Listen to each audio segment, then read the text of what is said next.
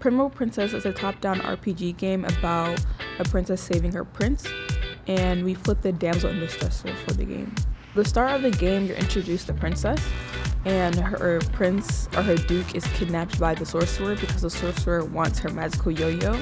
In this universe, everybody has like a magical toy that grants them a kind of power, and the witch's toy basically doesn't give her that much power, so she steals everybody else's toys. So I've been mainly focusing on the combat art. So that would be attack animations, defense animations, enemy attack animations, and all of the stuff surrounding our combat sequence. The main mechanic in the game is kind of fighting. Besides just walking around, there's a part to where if you interact with an enemy, you're able to fight them.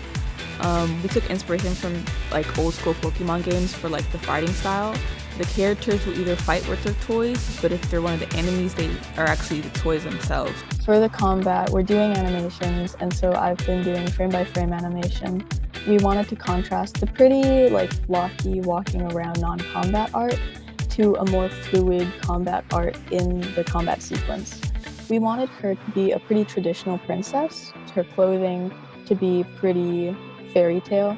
So she has a big pink, purple, poofy dress, and every time she walks, it kind of just fluffs up. So that's where we wanted to try to bring in that like soft shape language that like you play as this princess, she's elegant, but you also have the contrast of this big yo-yo that is like being thrashed around and thrown at enemies. And as for the enemies, they're pretty, there's a big variety of the different shape languages in.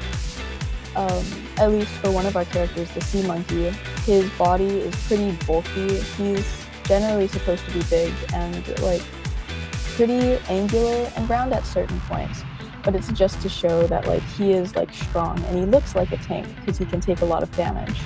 The main reason why we chose this topic for a game is because we got inspiration from old childhood girl games, and we kind of wanted to see a game about like a princess taking on a male-dominated role in video games, basically saving her prince or saving her kingdom.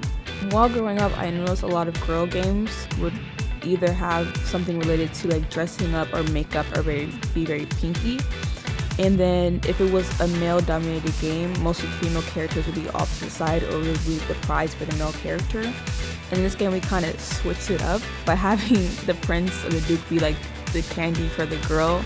And then she's not only saving the prince, she's saving her whole entire kingdom. Thank you for listening, and I hope you have a great time playing Pinwheel Princess. Bye!